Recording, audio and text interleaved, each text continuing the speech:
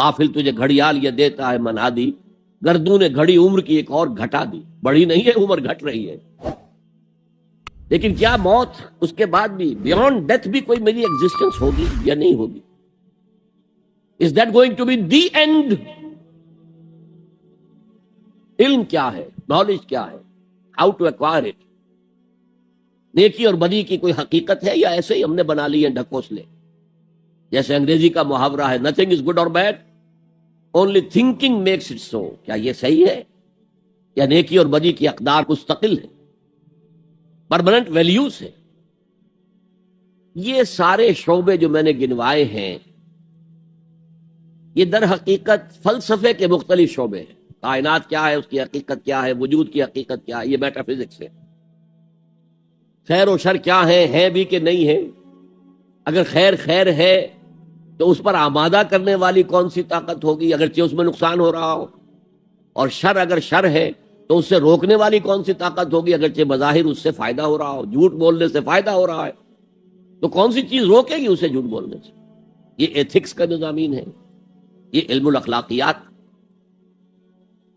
علم کیا ہے، اس کی قسمیں کیا ہیں، ہاؤ ٹو ایکوائر دم، یہ ایپسٹیمولوجی کہلاتی ہے. یہ جو ہے فلسفے کی ایک اور شاخ ہے. تو یہ ساری چیزیں جو ہے یہ بھی انسان جو ہے کوشش کرتا رہا، گریپل کرتا رہا ان کے ساتھ کہ اس عقدے کو کسی طریقے سے کھولا جائے. اس کے ضمن میں مختلف فلسفیوں کے مختلف فلسفے وجود میں آتے ہیں اور بعض فلسفوں نے مذاہب کی شکل اختیار کر لی. ہندوستان کے اکثر مذاہب فلسفیانہ مذاہب ہیں، اور فلسفے کے اعتبار سے جو یونان کو مقام حاصل ہے وہی مقام بلکہ اس سے اونچا مقام ہندوستان کو حاصل ہے. 6 درشن، 6 different schools of thought in philosophy existed in India. اس میں الحاد مطلق بھی ہے اور اس میں توحید مطلق بھی ہے. دونوں چیزوں کی میں نے انتہا آپ کو بتا دی. تو یہ فلسفیانہ مذاہب نے جب اس مسئلے کو سوچا کہ ایک کریٹر تو ہے، سمجھ میں آ گیا، اس نے یہ کائنات کیسے کریٹ کی؟ ایک بڑھئی جو ہے وہ میز بناتا ہے تو اسے لکڑی چاہیے، لکڑی کے بغیر تو نہیں بنا سکتا. تو خدا کو بھی میٹر درکار تھا، میٹر کے بغیر تو وہ کائنات نہیں بنا سکتا تھا. تو خدا بھی ہمیشہ سے ہے، میٹر بھی ہمیشہ سے ہے، قدیم. یہ سنویت ہے. ایک اور فلسفہ ان کے ہاں پیدا ہوا، خدا بھی ہمیشہ سے ہے، مادہ بھی ہمیشہ سے ہے، روح بھی ہمیشہ سے ہے، آتما بھی ہمیشہ سے. یہ تسلیس ہو گئی. تعدد قدما. اچھا ایک اور بات، ایک شکل یہ سامنے آئی کہ خدا خود ہی کائنات کی صورت میں ڈھل گیا. یہ جو کچھ ہے سب خدا ہے. یہ بدترین شرک ہو گیا، بدترین شرک. اس کا نام ہے ہمعوس. سب وہی کچھ تو ہے. جیسے برف پگھلی پانی بن گیا. اب برف کہاں ہے بھائی؟ یہی برف تو پانی ہے نا، پانی ہی تو برف ہے. اس پانی کو آپ نے ابالا، وہ بھاپ بن کے اڑ گیا. کہاں ہے بھائی وہ برف اور کہاں ہے وہ پانی؟ بھائی وہی بھاپ ہی تو برف بھی تھا، وہی بھاپ ہی تو پانی بھی تھا. یہ ہے جس کا نام ہے ہمعوس. پوری کائنات، ہر شے. اور اسی کو انگریزی میں کہتے ہیں پینتھیزم. مونوتھیزم ایک خدا کو ماننے والے، پولیتھیزم بہت سے خداؤں کو ماننے والے، پینتھیزم ہر شے کو خدا سمجھنے والے. پین آپ لفظ بولتے ہیں پین اسلامک، تمام مسلمانوں کے درمیان کا یہ مسئلہ ہے. پین اسلامزم جمال الدین افغانی جس کے دائی بن کر کھڑے ہوئے تھے 19ویں صدی عیسوی میں. تو پینتھیزم، مونوتھیزم، پولیتھیزم، یہ ہمعوس. پینتھیزم بدترین شرک ہے، بدترین شرک ہے، بدترین شرک. اس سے آگے ایک عقیدہ پیدا ہوا، خدا انسانی شکل میں آ جاتا ہے. یہ جو نیک لوگ ہوتے ہیں، اچھے لوگ ہوتے ہیں، اخلاق اور کردار ان کے بلند ہیں، یہ اس دھرتی کے مکین نہیں ہے. یہ تو بڑا گھٹیا، ہمارا جو ہے وجود کا یہ لیول بڑا نیچے ہے. جیسے اقبال نے کہا جواب شکوہ میں کہ شوخ و گستاخ یہ پستی کے مکین کیسے ہیں، یہ پستی کے مکین زمین کے اوپر رینگنے والے یہ انسان، یہ اتنے شوخ اور گستاخ ہو گئے کہ اللہ سے شکوہ کر رہے ہیں۔ تو جواب شکوہ کا جو آغاز ہوا ہے، شوخ و گستاخ یہ فرشتوں نے کہا، تو یہ تو پستی کے مکین، ان میں اگر کوئی اونچے اخلاق کا ہے، بلند اس کا کردار ہے، تو وہ اس جگہ کے نہیں ہیں، وہ گاڈ انکارنیٹ ہیں۔ خدا نے شکل اختیار کر لی ہے انسانوں کی، یہ بھی بدترین شرک ہے، یہ ہوا انڈیویجول لیول پر۔ چنانچہ آپ کو معلوم ہونا چاہیے عیسائیت میں بھی پہلے عقیدہ تھا کہ حضرت مسیح گاڈ انکارنیٹ ہے، خدا کا ظہور ہے، خدا کی شکل ہے۔ بعد میں پھر تثلیث کا عقیدہ وجود میں آیا، اور پہلی تثلیث مختلف تھی موجودہ تثلیث سے۔ پہلی تثلیث تھی باپ، God as father, God as mother, حضرت مریم کو شامل کرتے تھے، اور پھر گاڈ ایز سن، حضرت مسیح، تین۔ اور اس کے بعد حضرت مریم کو وہاں سے بے دخل کر کے دی ہولی گھوسٹ، جبریل امین، ان کو شامل کیا۔ تو یہ فلسفیانہ مذاہب کے شرک ہیں کہ جو دنیا میں پیدا ہوئے ہیں، اور یہ شکلیں ہیں کہ جو شرک فی ذات کی ہیں، جو بدترین شرک ہے، جو اللہ کے غضب کو بھڑکانے والا شرک ہے، اور یوں سمجھیے کہ اریاں ترین شرک ہے، یہ شرک فی العقیدہ کی بدترین صورت ہے۔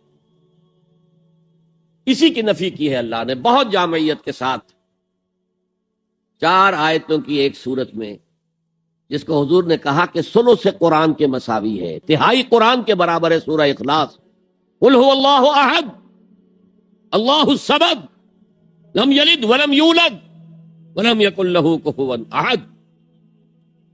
کہہ دو، اعلان کر دو اے محمد صلی اللہ علیہ وسلم، اللہ اکیلا ہے، احد، اللہ ایک نہیں، ایک تو واحد سے کا ترجمہ ہوگا، اللہ واحد، احد، اکیلا، تنہا، کوئی اس کا ساجی نہیں ہے۔ اللہ الصمد، صمد اس کو کہتے ہیں کہ جس کا کوئی سہارا لیا جائے، جس کے سہارے سے کوئی چیز قائم ہو۔ اللہ قائم بالذات ہے، اپنی ذات سے قائم ہے، پوری کائنات اس نے تھامی ہوئی ہے، وہ چلا رہا ہے، آسمانوں اور زمینوں کو اس نے تھاما ہوا، انزالتا، کہیں اپنی جگہ سے ہٹ نہ جائے۔ آپ کو معلوم ہے کہ یہ عظیم سیارے اور یہ عظیم جو گیلیکسیز ہیں، ان کی اصل حقیقت کس قدر باریک معاملہ ہے، ان کا کس قدر باریک، لو سانس بھی آہستہ کہ نازک ہے بہت کام، آفاق کی اس کارگہ شیشہ گری کا، ان کے درمیان جو فاصلے ہیں، ان کی باہمی کشش ہے، اس کو ایک کشش ادھر سے کھینچ رہی ہے، ایک کشش ادھر سے کھینچ رہی ہے، تو یہ اپنی جگہ پر قائم ہے۔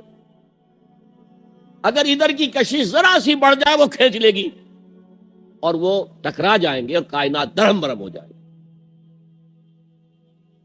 یہ تو توازن ہے، اسی کو کہا سورہ رحمان میں ووضع المیزان۔ لوگوں نے سمجھا میزان سے مراد یہ زمین کی جو میزان جس میں ہم تولتے نہیں، والسماء رفعها ووضع المیزان، یہ سما سے متعلق ہے، کاسمک بیلنس ہے جس کی وجہ پر یہ کائنات قائم، کاسمک بیلنس۔ بہرحال اللہ ہی ہے جو قائم بالذات ہے، اور باقی سب اس کے سہارے قائم ہیں۔ لم یلد ولم یولد، نہ اس نے کسی کو جنا، نہ وہ جنا گیا، نہ کوئی اس کے ماں باپ ہے، اور نہ کوئی اس کی جورو ہے، نہ اس کی کوئی اولاد۔ ولم یکن لہ کفوا احد، اور کوئی اس کا ہمسر ہم پلہ نہیں ہے، اس لیے کہ اولاد تو ہم پلہ ہوئی نا۔ میں نے آپ کو بتا دیا ہے، برہمن کا بیٹا تو برہمن ہی ہوگا، راجپوت کا بیٹا راجپوت ہوگا، سید زادہ سید ہی ہوگا نا۔ تو یہ اصل میں شرک فی الذات کی نفی پر یہ سورہ مبارکہ اتنی جامع ہے کہ اسے حضور صلی اللہ علیہ وسلم نے سلو سے قرآن، تہائی قرآن کے مساوی ہے۔ اس لیے کہ ہمارے ایمانیات ثلاثہ ہی ہیں نا، 3 ایمانیات ہیں، ایمان باللہ توحید کے ساتھ، ایمان بالرسالت، اور توحید کے موضوع پر یہ جامع ترین صورت ہے، تو قرآن کا 1 تہائی ہو گئی۔ اب آئیے دوسری قسم کا شرک، شرک فی الصفات۔ یہ ایسا باریک مسئلہ ہے کہ اس میں ادھر سے ادھر پھسل جانا یہ بہت اس کا امکان ہے۔ ہم بھی موجود، کائنات بھی موجود، یہ شرک فی الوجود ہو گیا، دو وجود ہو گئے۔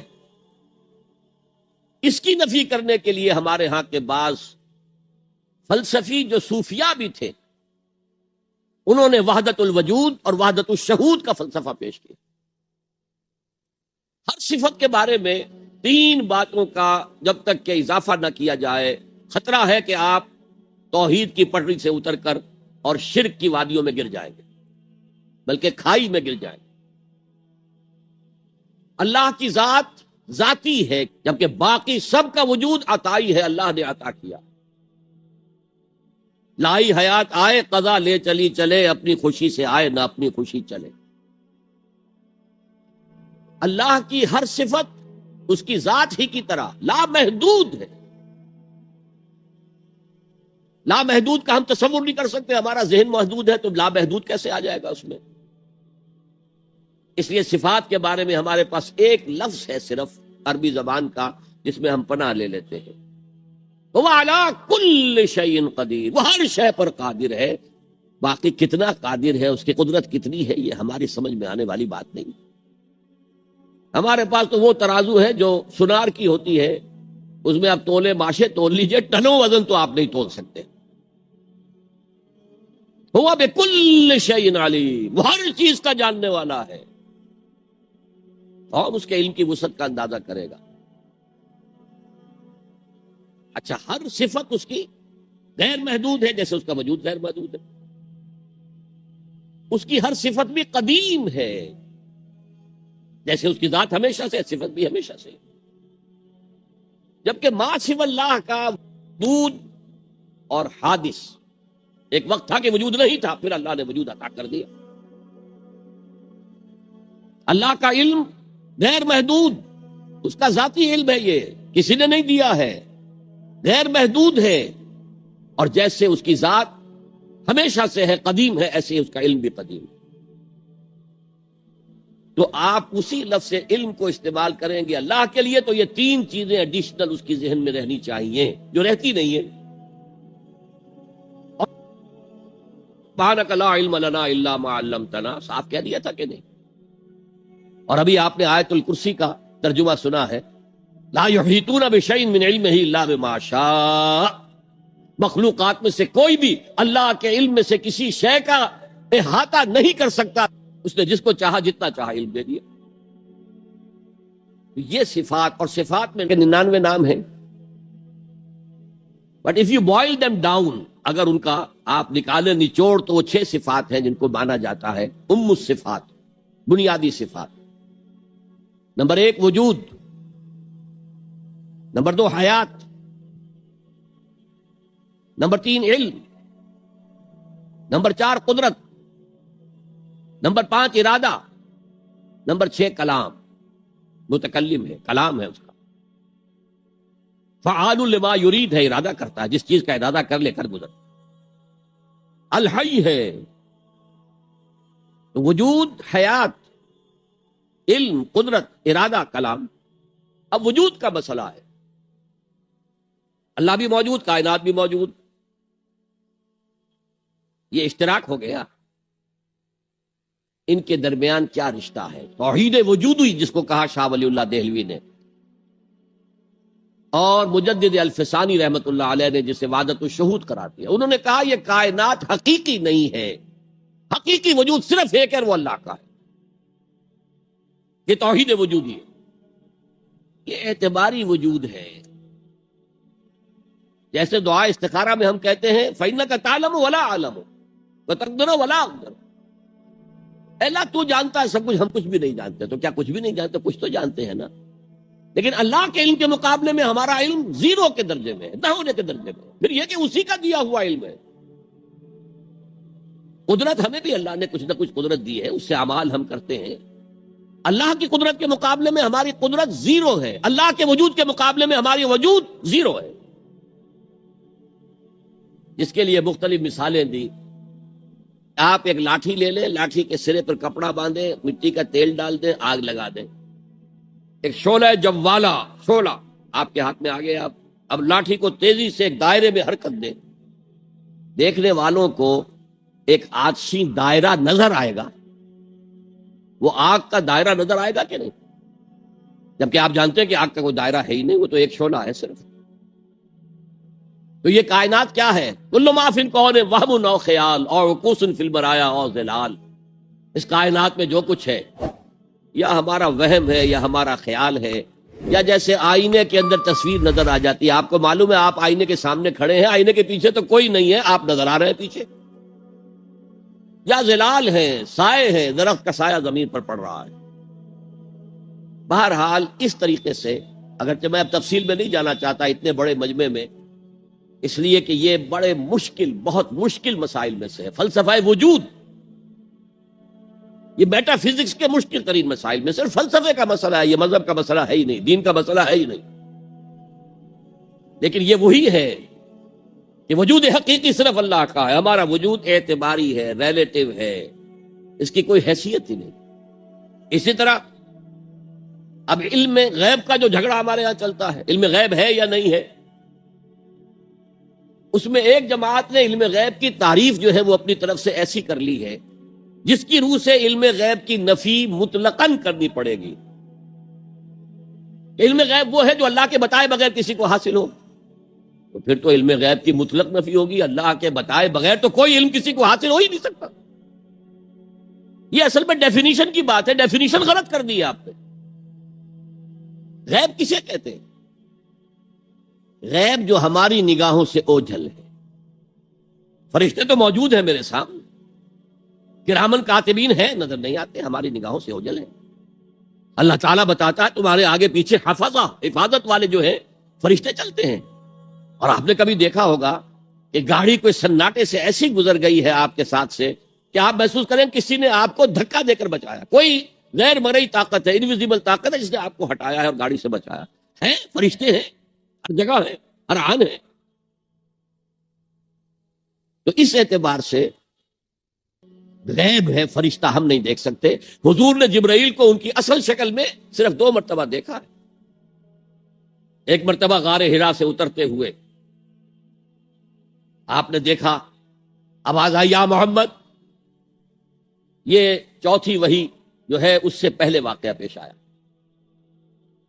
آپ نے دیکھا سامنے، آگے، پیچھے، دائیں بائیں کوئی نہیں ہے، تو تھوڑا سا خوف سا احساس ہوا، آگے بڑھے، پھر یا محمد، پھر آپ نے دیکھا دائیں بائیں آگے پیچھے کوئی نہیں ہے، پھر آواز آئی یا محمد۔ اب نگاہ اٹھا کر دیکھا تو جبرائیل پورے افق پر چھائے ہوئے، وَهُوَ بِالْأُفُقِ الْأَعْلَى فَدَنَا فَتَدَلَّى فَكَانَ قَابَ قَوْسَيْنِ أَوْ أَدْنَىٰ فَأَوْحَىٰ إِلَىٰ عَبْدِهِ مَا أَوْحَىٰ۔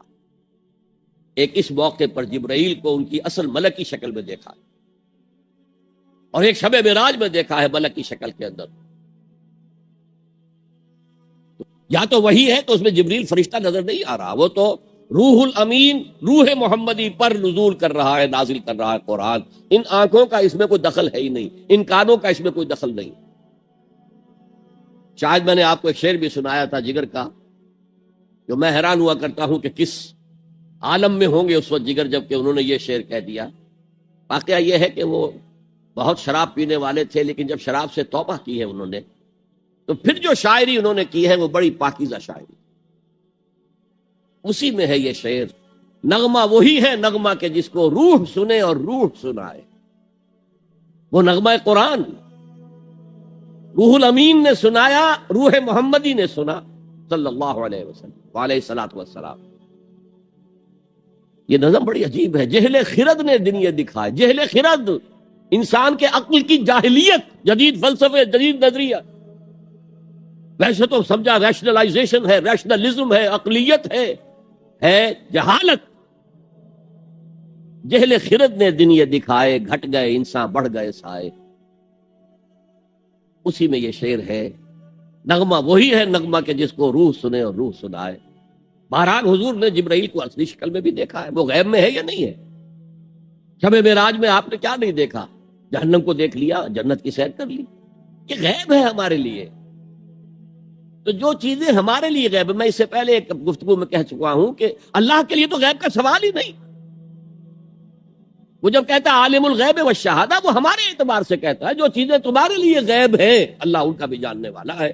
اور جو تمہارے لیے جو موجود ہیں سامنے جنہیں تم دیکھ سکتے ہو، چاہے ان کو دیکھنے کے لیے تم نے ٹیلیسکوپ ایجاد کر لی ہے تو اس سے تمہاری آنکھ کی صلاحیت بڑھ گئی، اگر مائکروسکوپ ایجاد کر لی ہے تو اس سے بھی تمہاری آنکھ کی صلاحیت بڑھ گئی ایک اعتبار سے۔ بہرحال ہے یہ تمہارے اپنے حواس خمسہ،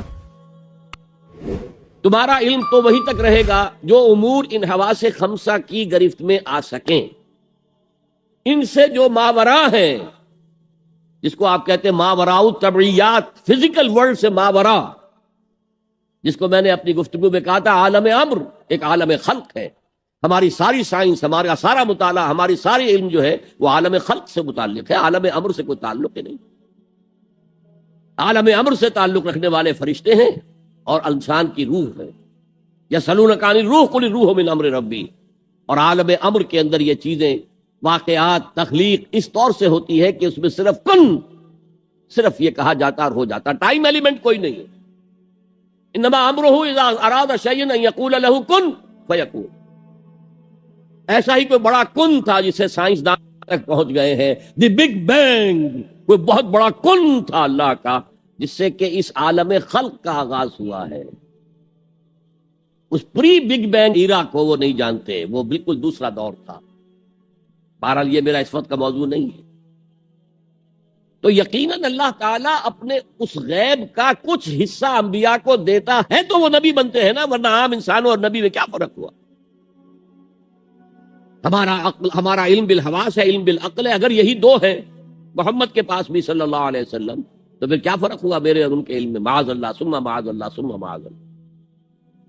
سورہ جن میں فرمایا لا یظہر علی غیبہ الا من ارتضی من رسول فإنہ یسلک من بین یدیہ ومن خلفہم رصدا۔ وہ اپنے غیب کے اوپر مطلع نہیں کرتا کسی کو بھی سوائے رسولوں کے، جن میں سے رسولوں کو جتنا چاہے دے۔ کذالک نری ابراہیم ملکوت السماوات والارض، اسی طرح ہم ابراہیم کو دکھاتے رہے، آسمانوں اور زمین کے ملکوت کی سیر کرائی۔ نبی یقیناً عالم کے علم میں سے کچھ حصہ پاتا ہے، تبھی تو نبی بنتا ہے، ورنہ نبی ہونے کا کیا سوال۔ باقی یہ کہ میں نے جیسا کہ پہلے بھی کسی تقریر میں عرض کیا ہے، میں ابھی طالب علم تھا، 19-20 برس کی عمر، تو میں نے ایک بہت بڑے عالم دین بریلوی مکتب فکر جو ہمارے ہاں مشہور ہے، مولانا منظور احمد شاہ صاحب، منٹگمری جو اب سائیوال کہلاتا ہے، اس زمانے وہ منٹگمری کہلاتا تھا، میں ان کے پاس گیا علم غیب کے مسئلے میں کہ آپ کا موقف کیا ہے۔ انہوں نے اپنی کتابیں لا کر دکھائیں، اپنے اسلاف کی تصانیف دکھائیں کہ دیکھیے ہم حضور کے علم کے بارے میں 3 باتیں مانتے ہیں۔ حضور کا علم ذاتی نہیں ہے، عطائی ہے، اللہ کا دیا ہوا ہے۔ حضور کا علم غیر محدود نہیں ہے، محدود ہے۔ حضور کا علم قدیم نہیں ہے، حادث ہے۔ میں نے کہا ان 3 باتوں کے بعد میرا کوئی جھگڑا نہیں آپ سے، اس سے آگے یہ کہنا کیا معلوم تھا کیا نہیں تھا، یہ آپ اپنے حدود سے تجاوز کر رہے ہیں، یہ آپ اپنے حدود سے باہر نکل رہے ہیں۔ اب رب نے اپنے بندے کو کیا کیا علم دیا ہے وہ جانے، ہم نہیں ناپ سکتے، ہم تو محجوب ہیں، پردے میں ہیں، اوٹ میں ہیں، عالم غیب میں ہمارا گزر ہی نہیں ہے۔ لہذا اس بحث کے اندر خام خواہ ایک ٹیکنیکل سی جو اس کی ڈیفینیشن کر لی گئی ہے، اس کی وجہ سے بڑے مارکے ہیں، بڑے مناظرے ہیں، بڑی بحثیں ہیں۔ تو یہ سمجھ لیجئے کہ یہ بحث بھی اسی شرک اور توحید فی صفات کے ضمن میں سامنے آتی، اسی پر آپ قیاس کرتے چلے جائیے۔ باقی تمام صفات کا معاملہ بھی یہی ہوگا کہ جو بھی صفت ہے اللہ کی، وہ اللہ کی ذاتی ہے، کسی کی عطا کردہ نہیں ہے۔ وہ جیسے اس کی ذات غیر محدود ہے، وہ صفت بھی غیر محدود ہے، جیسے اس کی ذات قدیم ہے، وہ صفت بھی قدیم ہے۔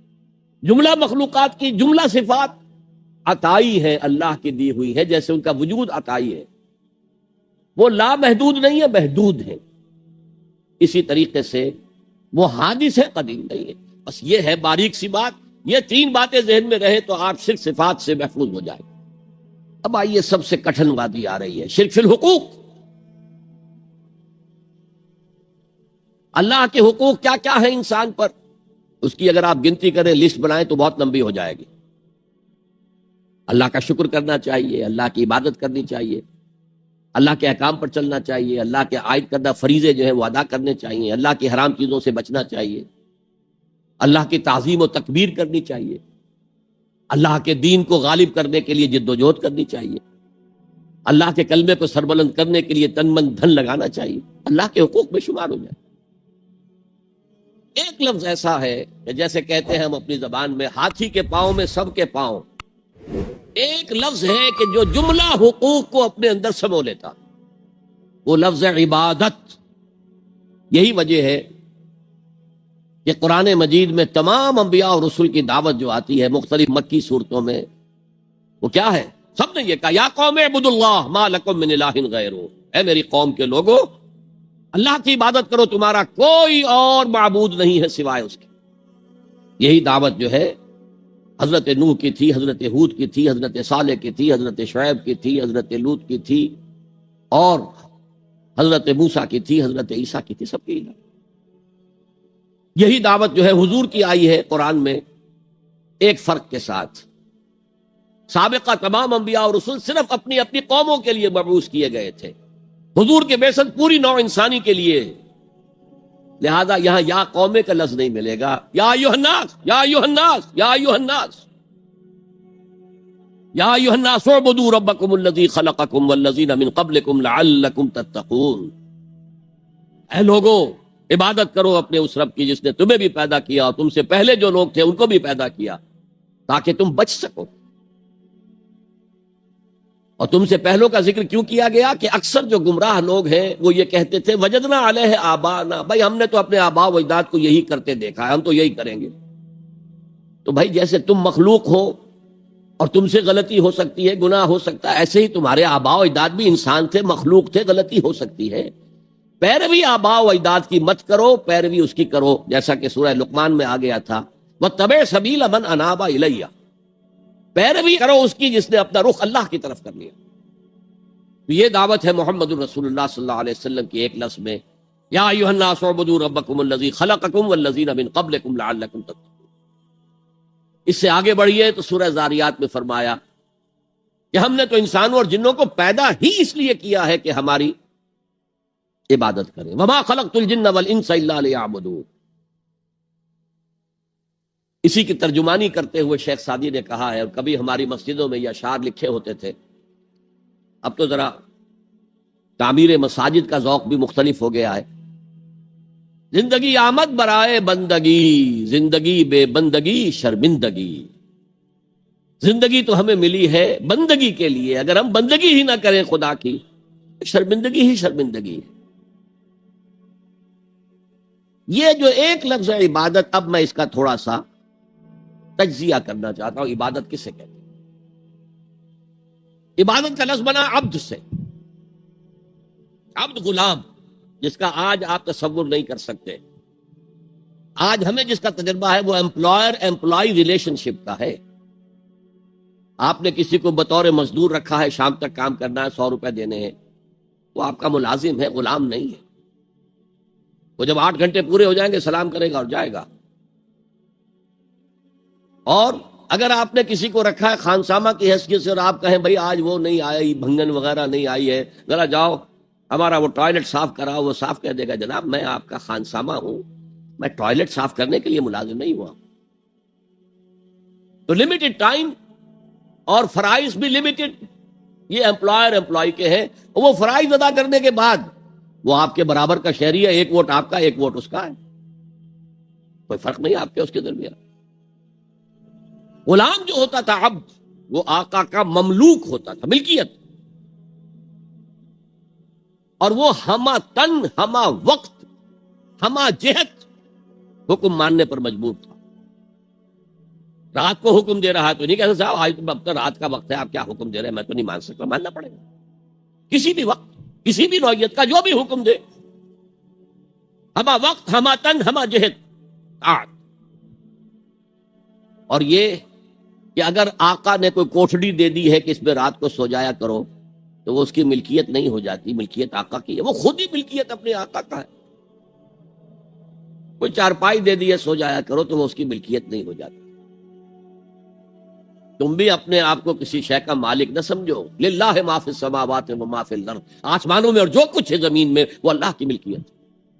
یہ عبدیت، یہاں تک کہ اگر آپ کو معلوم نہ ہو کہ اس زمانے میں آقا کو اختیار تھا جس طرح چاہے ٹارچر کرے، جس طرح کی چاہے تکلیف دے، اور جب چاہے قتل کر دے، کوئی مقدمہ نہیں، غلام کی طرف سے کوئی مدعی نہیں، کوئی اس پر پکڑ دھکڑ نہیں، تم نے کیا کیا؟ بالکل جیسے آپ کی بکری تھی، آپ نے ذبح کی اور گوشت پکا کے کھا لیا، کوئی آپ سے پوچھ سکتا بھائی میری ملکیت تھی بکری، میں نے اس کو ذبح کیا، گوشت کھایا، تم کون ہوتے ہو پوچھنے والے؟ اسی طرح اگر وہ آقا جو ہے وہ غلام کو قتل کر دیتا تھا تو اس پر کوئی پوچھ گچھ نہیں تھی، کوئی بات پوچھ نہیں۔ اس معنی میں اللہ کے غلام بننا، ہما تن، ہما وقت، ہما وجوہ، ہما جہت، اللہ کی غلامی، اللہ کی اطاعت، یہ ہے عبادت کا ظاہری پہلو، یا میں کہا کرتا ہوں عبادت کا جسد، عبادت کا ظاہر، عبادت کا جسم جو نظر آتا ہے۔ ایک ہے عبادت کی جان یا عبادت کی روح جو نظر نہیں آتی۔ ہماری جان کہاں ہے؟ کسی کو نظر آتی ہے؟ روح کہاں ہے؟ کسی کو نظر آتی ہے؟ لیکن ہمارا وجود جان ہی سے تو ہے، جان نکل جائے گی تو پھر تو یہ جسد جو ہے یہ گل سڑ جائے گا اگر جلدی سے تم نے اس کو پہنچا نہ دیا قبر کے اندر، یا جلدی سے کریا کرم نہ کر دیا اور اس کو جلا نہ دیا تو سڑے گا پوری طریقے سے، متعفن ہو جائے گا۔ تو اگرچہ قرآن مجید میں محض اطاعت پر بھی لفظ عبادت کا اطلاق ہوا ہے، چنانچہ جب حضرت موسیٰ اور ہارون فرعون کے دربار میں پیش ہوئے پہلی مرتبہ، فرعون نے ایک پھپتی چست کی، اپنے حواریوں اور درباریوں سے مخاطب ہو کر یہ کون لوگ ہیں جو ہم سے اس طرح بات کر رہے ہیں، ہم سے کوئی مطالبہ کر رہے ہیں؟ ارسل معنا بنی اسرائیل وقومہما لنا عابدون، ان کی قوم تو ہماری غلام قوم ہے۔ ظاہر بات ہے کہ وہ فرعون یا ان کی قوم کی پرستش نہیں کرتے تھے، عبادت نہیں کرتے تھے، لیکن چونکہ اطاعت پر مجبور تھے لہذا اس کے لیے لفظ اس نے استعمال کیا عابدون، قومہما لنا عابدون۔ اور ایک اور موقع پر یہ بات آئی کہ جب فرعون نے کہا الم نربک فینا ولیدا، اے موسیٰ تم وہی نہیں ہو جسے ہم نے اپنے محل میں پالا تھا، ہمارے ٹکڑوں پر پل کر ہماری بلی ہمیں کو میاؤں؟ تو حضرت موسیٰ نے کہا وَتِلْكَ نِعْمَةٌ تَمُنُّهَا عَلَيَّ أَنْ عَبَّدْتَ بَنِي اسرائیل، بڑا احسان جتا رہے ہو میرے اوپر کہ میں تمہارے محل میں پلا بڑھا ہوں جبکہ تو نے میری پوری قوم کو غلام بنا رکھا ہے۔ عبدت، تو عبادت کا اطلاق محض اطاعت پر بھی ہے، چاہے وہ خواہی نہ خواہی ہو، مجبوری سے ہو، کراہت کے ساتھ ہو، لیکن یہ اطلاق اس پر ہوتا ہے۔ یہی وجہ ہے کہ آج کے دور میں جو جدید مفکرین ہیں اسلام کے، انہوں نے اس اطاعت کے پہلو کو اتنا نمایاں کیا ہے، اتنا نمایاں کیا، اس لیے کہ عام لوگوں کے ذہن سے یہ تصور گزر گیا تھا نماز روزہ حج زکوٰۃ عبادات ہو گئی بس، اور کون سی عبادت چاہیے تمہیں؟ تو ان کو بتانے کے لیے نہیں، پوری زندگی میں اللہ کی اطاعت، ہما تن، ہما وقت، ہما جہت، ہما پہلو اطاعت۔ تو یہ صحیح بات ہے کہ جو ایمفیسائز کی گئی، اور آج بہت سے لوگوں کے سامنے یہ بات آ چکی ہے، بہت بڑی تعداد میں امت اس حقیقت کو جان چکی ہے کہ اسلام صرف مذہب نہیں، دین ہے، یہ مکمل نظام حیات ہے، یہ مکمل ضابطۂ حیات ہے، اور اس سب میں اطاعت مطلق اللہ کی درکار ہے۔ لیکن ایک پہلو ابھی پوری طرح اجاگر نہیں ہوا، اللہ کی عبادت میں اگر وہ بالاکراہ ہو رہی ہے، طبیعت کے خلاف ہو رہی ہے، تو وہ منافقانہ اطاعت ہے۔ جیسے کہا گیا یہ منافق نہیں نماز کے لیے کھڑے ہوتے مگر کسل مندی کے ساتھ اور بہت ہی طبیعت پر جبر کر کے، کیا کریں اس معاشرے میں کوئی مسلمان سمجھا ہی نہیں جا سکتا تھا جو نماز نہ پڑھتا ہو، تو نماز تو پڑھنی پڑ رہی ہے، وہ منافقت۔ اللہ کی اطاعت کاملہ اس کی محبت شدیدہ کے تحت، اس کے شکر کا جذبہ، اے اللہ تیرے لیے حمد ہے، کل شکر تیرے لیے، کل ثنا تیرے لیے، اس شکر اور محبت کے جذبے سے والذین آمنوا اشد حبا للہ، اہل ایمان تو وہ ہے جو شدید ترین محبت کرتے ہیں اللہ کے ساتھ۔ تو اللہ کی اطاعت مطلق، اس کی محبت شدیدہ کے ساتھ دو چیزیں جمع ہوں گی تو پھر وہ اللہ کی عبادت بنے گی۔ چنانچہ وہ جسد ہے تو یہ روح ہے، یہ جان ہے عبادت۔ اور فارسی کے دو الفاظ بخوبی ان کے فرق کو واضح کرتے ہیں.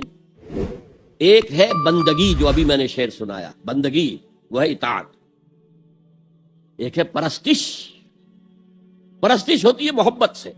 کوئی زر پرست ہے، کوئی شہرت پرست ہے، کوئی اقتدار پرست ہے، کوئی وطن پرست ہے، کوئی قوم پرست ہے، کوئی خود پرست ہے. یہ پرستش. پرستار کہہ دیتے ہیں آج کل، جو مختلف ایکٹرز اور ایکٹریسز ہیں ان کے جو پرستار ہیں، پرستار کہلاتے ہیں. تو اللہ کی پرستش کے ساتھ اس کی اطاعت مطلقہ جمع ہوں گے تو عبادت پڑے گی. یہ تو ہو گیا عبادت کی تعریف کا معاملہ. اسی لیے امام ابن تیمیہ اور ان کے شاگرد جو سب سے بڑے شاگرد ہیں حافظ ابن قیم، انہوں نے عبادت کی تعریف جس طور سے بیان کی، امام ابن تیمیہ نے زیادہ زور دیا اطاعت پر، اور حافظ ابن قیم نے، وہ چونکہ صوفی مزاج آدمی تھے، انہوں نے مقدم رکھا محبت کو. العبادت تجمع اصلین، عبادت دو چیزوں، دو بنیادی چیزوں کو جمع کرنے سے وجود میں آتی ہے. غایت الحب ما غایت الذل والخضوع، حد درجے کی محبت اللہ کی اور حد درجے میں اللہ کے سامنے بچ جانا، گر جانا. سر تسلیم خم ہے جو مزاج یار میں آئے، جو حکم ہے حاضر ہے پروردگار، جو حکم ہے حاضر ہے. اچھا، بعض چیزیں اس عبادت کے ساتھ ضمیموں کے طور پر، مثلاً دعا، الدعاء مخ العبادہ، اور یہ بھی فرمایا الدعاء هو العبادہ. دعا جو ہے وہ عبادت کی روح ہے، عبادت کا مغز ہے. جیسے ہڈی، اس میں سے آپ نے وہ گلی کھینچ لی اور باقی پھینک دی. ماذ قرآن مغزہ برداشتے استخاں پیش سگاں انداختے. تو یہ جو مغز ہے، عبادت روح ہے، جوہر ہے، مغز ہے. دعا مغز ہے عبادت، بلکہ یہ بھی الدعاء هو العبادہ. اور کچھ افعال ایسے ہوتے ہیں کہ جو عبادت کے اظہار کے لیے ہوتے ہیں، تعظیم کے اظہار کے لیے. قنوت ہے، ہاتھ باندھ کر اور سر کو قدرے جھکا کر کھڑے ہو. رکوع ہے، سجود ہے. اور پانچویں چیز عبادت میں اخلاص. کوئی ریاکاری نہ ہو، کوئی کسی کو دکھانا مقصود نہ ہو، کوئی اپنی شہرت مطلوب نہ ہو، کوئی اپنے زہد و تقوی کا اشتہار دینا مطلوب نہ ہو. اخلاص. اب ان پانچ حوالوں سے میں آپ کے سامنے شرک فی العبادت کیا ہے. دو سب سے بڑی چیزیں اطاعت اور محبت، جن سے مل کر عبادت وجود میں آئی. تین اس کے ضمیمے ہیں، دعا، کچھ افعال یا حیتیں جسم کی، اور اخلاص. اب دیکھیے شرک فی العبادت کی یہ شکل، شرک فی الاطاعت، وہ کیا ہے؟ اللہ کے سوا کسی اور کی اطاعت جس سے اللہ کی معصیت لازم آتی ہو، شرک. لا طاعت لمخلوق فی معصیت الخالق، مخلوق میں سے کسی کی اطاعت نہیں ہوگی کہ اس معاملے میں جس میں خالق کی معصیت لازم آتی. ہاں، خالق کے احکام کے اندر اندر والدین کا حکم بھی مانو، اطاعت کرو، اساتذہ کا حکم مانو، کسی اور کو اپنا لیڈر مانا ہے اس کا حکم مانو، لیکن ناٹ بیونڈ. وہ جو سرکل ہے کتاب و سنت کا، اس سے باہر نہیں. لا طاعت لمخلوق فی معصیت الخالق، یہ آپ الجبرے کے فارمولے کے طور پر اپنے سامنے رکھیے. اب اسے اپلائی کیجئے. جیسے فارمولوں کے ذریعے سے پھر بڑے بڑے وہ سم جو ہے وہ حل کیے جاتے تھے سوالات. صبح کا وقت ہے، آنکھ بھی کھلی ہے، کوئی اذان کی آواز بھی کان میں آئی ہے، آپ کا نفس کہتا ہے ابھی سو جی. آپ نے اپنی چادر یا کمبل کو درست کیا اور کروٹ لیا، سو گئے. یہ کیا ہے؟ آپ نے کس کا حکم پیچھے پھینکا اور کس کا حکم مانا؟ اللہ کے حکم کو پیچھے پھینک دیا، نفس کے حکم کو آگے رکھا. یہ شرک. اس شرک کو جاننے والے بہت کم ہیں. مولانا روم نے خوب کہا تھا نفس ما ہم کم ترس فرعون نیست لیکن ایراعون نیست، میرا نفس بھی فرعون سے کم نہیں ہے۔ فرعون نے کہا تھا نا الیس لی ملک مصر وہذہ الانہار تجری من تحتی، کیا اس ملک مصر کی حکومت میری نہیں ہے؟ اور سارا جو یہ آب پاشی کا نظام ہے، انہار کا نظام ہے، وہ میرے کنٹرول میں نہیں ہے؟ جس کا چاہوں موگا کھلا رکھوں، جس کا چاہوں بند کر دوں۔ یہ تھا خدائی کا دعویٰ، انا ربکم الاعلی۔ تو مولانا روم کہتے ہیں میرا نفس بھی اس سے کمتر نہیں ہے۔ وہ کہتا ہے یہ جسم میرا ہے، اس پر میرا حکم چلے گا، میں نہیں جانتا کون اللہ کون رسول، کیا حرام کیا حلال۔